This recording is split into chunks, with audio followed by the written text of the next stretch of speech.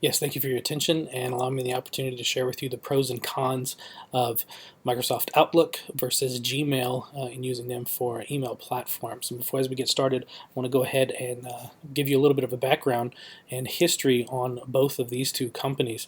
Now, Microsoft acquired Hotmail in 1997. Hotmail actually started in 1996 as a web mail service provider and then was purchased by Microsoft in 1997. And after its initial launch in 1996, it's rebranded as MSN Hotmail, and then later on became Windows Live Hotmail. So in 2013, it was renamed Outlook, and it developed into the company that it is today. Now, Outlook originally provided users with a 2 megabyte storage space for free, and the storage space provided has grown tremendously as a result of direct competition with Gmail, and Outlook now provides users with a free unlimited storage space. In 2014, more than half of business mailboxes, it's about 500 million, are Outlook users. So when we look at Gmail, now Gmail was launched in 2014, a completely different platform.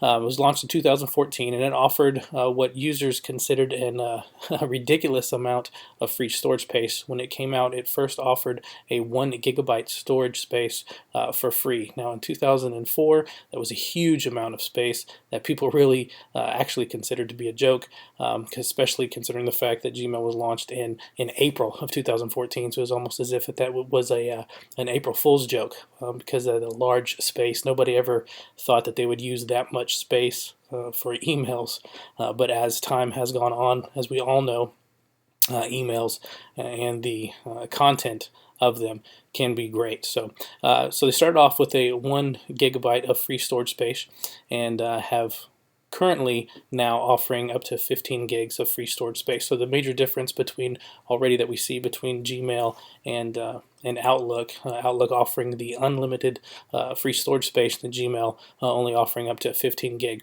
So Gmail statistics report that there were 900 million users as of May 2015 last year. Of course, that number includes both consumer as well as business users. So the feature comparison between these two platforms is actually pretty close, and it really just depends on what the business needs are and what it is that you're looking for. So really the main thing that all companies and all businesses are concerned about is security. So in our day and time today, information being on the internet is definitely a scary place sometimes. I mean, with all the malware and all the spam and everything that could happen just through email, as people can get into your computers and steal your information. Security is a very big portion of what people look for, especially for their business when they're looking at email platforms. So both Gmail and Outlook, they offer two-factor authentications where the user must enter a code that's sent to their mobile devices to validate that they are allowed to have access for that. So users can also elect for an end-to-end data encryption for emails for more security, but Gmail does offer this through a third-party vendor, while Outlook does not provide this kind of feature. Gmail and Outlook both focus on ensuring a strong check on spam control. So obviously spam is a huge issue. It can fill up, take up a lot of space, and it can hide a lot of issues that can cause security problems for all email users. But the cool part about Outlook is that they also provide users with an automatic unsubscribe button to emails like newsletters, messages that are generated and sent to your mailbox, which is something that Gmail currently does not offer. So which is a pretty cool thing without you even having to think about it. If you open up or you're receiving an email that you're viewing on that platform through Outlook, you will automatically have an unsubscribe button there in the message that you can hit, and will automatically take you out of that subscription, even if there is not an unsubscribe button offer within the email message that's sent to you. So security is definitely something that people are looking at and want to pay attention to. Now, another thing that a lot of people look at, I don't know about everyone, but my calendar gets full on a regular basis.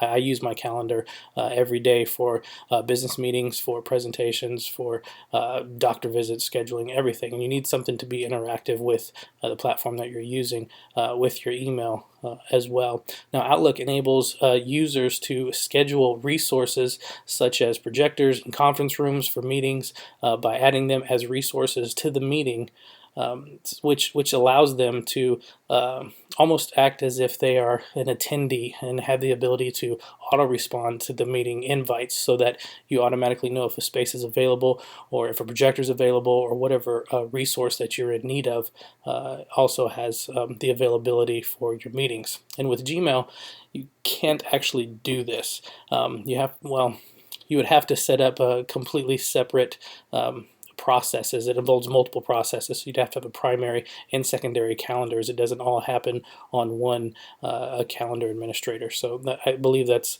an important process as well if you're looking into your day-to-day business activities and planning with your calendar. Importing contacts.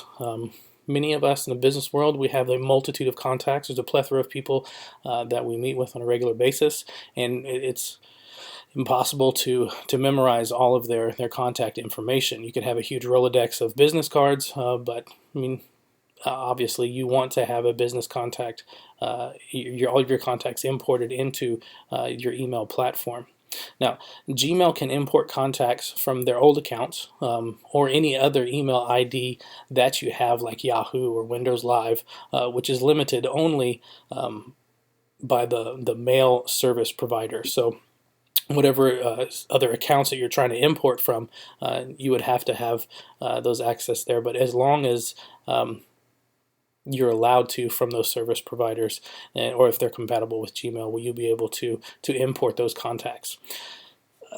Totally different on Outlook. Outlook allows the user to import the email ID through all web email service providers. There are really no there's nothing to keep you from importing your contacts from any service provider. But also, when you add someone from their service provider, you can also include their social sites. So if you have someone that you're friends with on Facebook, then the email ID of that particular person is retrieved from the social media site, and it's automatically added to your contacts through Outlook. So you'll always have their information, even if you didn't even reach out to them. Just because of those being tied together, it will pull in their contact information as well, which makes things a lot easier for creating new contacts.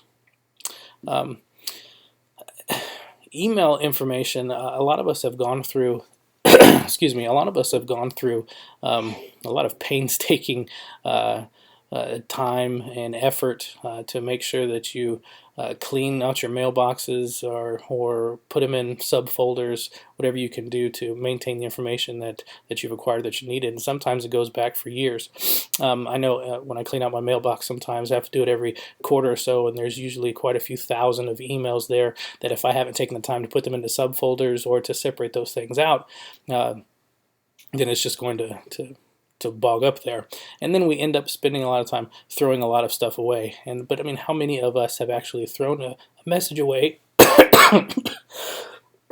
Excuse me. How many of us have thrown a message away that we really wish we had held on to? Well, in Gmail, you can only access the previous month's emails. Actually, I'm sorry, I'm getting ahead of myself. Deleted emails. Deleting email messages in Gmail cause the message to be moved to the trash box. All of us know what a trash box is. But that trash box is automatically deleted with Gmail after 90 days. And emails cannot be recovered once the trash box has been deleted. So once you have moved something to a trash box and you've either physically deleted everything from that trash box or a 90-day time period has passed, those emails are already gone. Outlook, on the other hand, can be sent to a deleted box, and even if the user deletes those messages manually or a time period has made those go away, Outlook does have options to recover those deleted messages. So just because you deleted something doesn't mean that it's gone forever. You can still go back and retrieve that information. Offline email access. Many times Unfortunately, the internet is a it's a finicky thing, and sometimes we have we have access to the internet and sometimes we don't. With Gmail, you can only access previous month's emails when there is no internet connection, and only through Safari or Google Chrome, not through any other uh, internet search engine. Emails are not accessible through any other platforms without an internet connection except for Safari and Google Chrome when you're working with Gmail. Outlook, on the other hand, offline email access features are provided throughout Outlook, which enables you to work on your email even when there is no internet content. So you can read emails, you can respond to them, you can make changes, and then once you have reestablished your internet connection, then everything in your email box and your account will update and send out the messages that you've replied to, or however many changes that you've made throughout those email messages. So that's actually a benefit, I do believe. Now, both Gmail and Outlook have their pros and cons. But as a business, there are other major parameters that need to be looked at while choosing an email product. And I really don't have the time allotted within the 5 to 7 minutes here for this presentation to jump into all of those things. But if you're considering Microsoft Outlook, then you should also look into Office 365, which is online like Gmail. Gmail has a lot to do with apps that you would use to integrate and add to your email account, especially for your business if you're trying to move forward and doing other things and collaborating with your information. But Gmail capabilities, which is those Google apps, you need to find out how they compare to Office 365, and that contains a whole lot more information than I'm able to share with you in a 5 to 7 minute presentation. So on that note, I would like to encourage you to look into Office 365 and to Google Apps and find out exactly which one of those best suits the needs of the business. With that, I conclude my presentation, and thank you for your attention.